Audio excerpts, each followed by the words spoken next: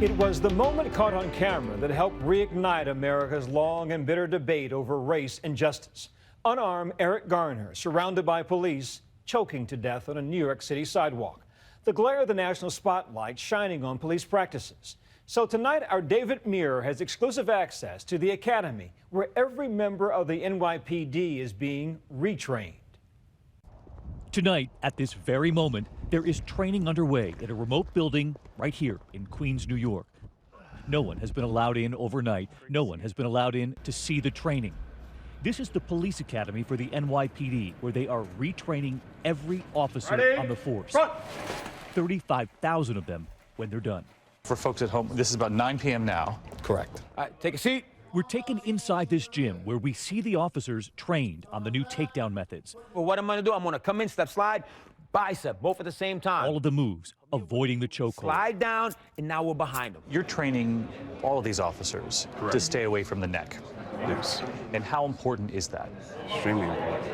Important because the nation saw that video, the case of Eric Garner on Staten Island. Who could be heard screaming, "I can't breathe." The police officer was not indicted. 8 months after that incident, we see the new recruits lining the hallways inside. The sun went down hours ago. But the training we're about to witness is for the veterans on the force. When folks at home say, "Oh, I see them still using the chokehold," what would you say? It is dangerous. We don't teach it. They are taught to go for the elbow, the shoulder, the joints, what's called the armbar hammerlock, to protect themselves and the suspects. Sir, down the ground. Sir, down the ground, down the ground. The chokehold was formally banned by the NYPD more than 20 years ago. But many argue it is still being used in parts of this country. As soon as we cuff, bam, we try to roll them over. Why? We want to promote what? Free breathing. We don't want them to go into positional asphyxia. Positional asphyxia. What does that mean? Any sort of compression on the chest. The officers are trained here right through the night, in 3 shifts, around the clock. We meet the officers from the 2-6, as they call it, the West Harlem precinct.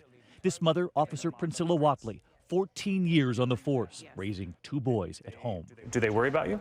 They do, but they understand that mom has a job to do. Do they listen to you at home? Yes, of course.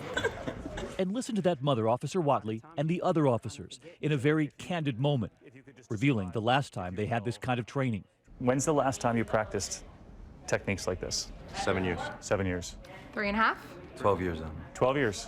14 and a half. 14 and a half years. It should be more. It should be done like maybe twice out of the year. Well, everybody here today is like a volunteer in the street. Nobody's volunteering to go peacefully when these techniques have to be used. How often are you taught go nowhere near the neck? There is no neck. And how difficult is it to expect that it would kick in perfectly? You never know how you react under stress. Someone doesn't want to be arrested. It never looks pretty. This was in the works, but there's no question that the Garner case accelerated it.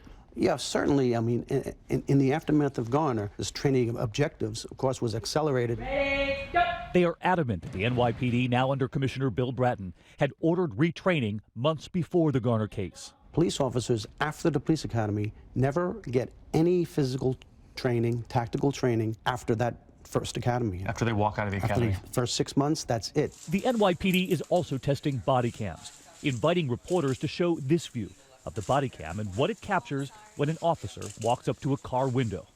In fact, body cams have already been deployed in Los Angeles, and investigators have said that body cams were being used just days ago during this case. Suspect shot on the street. What we see is the view captured by witnesses. They haven't released the body cam video, but it is being reviewed. The moment in time that we live in, there's going to be someone on that sidewalk, someone in that neighborhood who's got their phone up and rolling on it. More than one, yeah, more than one. Cameras are here to stay. They have already retrained the officers here at the 6-7 precinct in Brooklyn. Inspector Gulotta. One of the most dangerous precincts in the city. They allow us in, where they get 900 calls a day. Your officers see some of the toughest stuff in the city. They do. They absolutely do. So you say the 6-7 anywhere in the city, and what will officers know? First they'll say, wow, and then you get a lot of questions, and it's a special place. Roll call, and we listen in. They hit elderly victims, so keep an eye on that.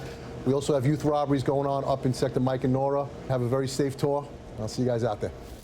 We ride along with Officers Burke and Acevedo. First, the store trying to get rid of the drug dealers, the thieves. And they've had problems here with people trying to sell drugs? They know the trouble spots. So Church and 4-8. Yeah. You know this intersection. Many shootings. At his post, Officer Akuzu, who acknowledged that the retraining has changed the way he approaches people. Your first initial interaction with them, how you're going to go about, how you perceive things. Really? Yeah. So for you, it was a bit of a reset. Yes. How difficult is it to change perceptions of the police? I don't even know if you really can change it as a whole. You could just change it one person that I encounter with. The optician who fixed their glasses after answering calls. What's going on? You've helped them out with both of their glasses. Yes. We go back in after our visit with police, Without the officers here. this time without anyone with the NYPD. And we learned that even Carl, who has helped the police, wants tactics changed after Garner. Outrageous, camera doesn't lie. The police should get more training. The chokehold was dangerous. And back at the academy, we were there, midnight, as another group walks into room 405. Today's your first day. First day students, many of them veteran officers who've been on the streets for years. Re-earning the public's respect. How important is that? I think right now it's the #1 issue in policing in our nation right now. I'm David Muir for Nightline in New York.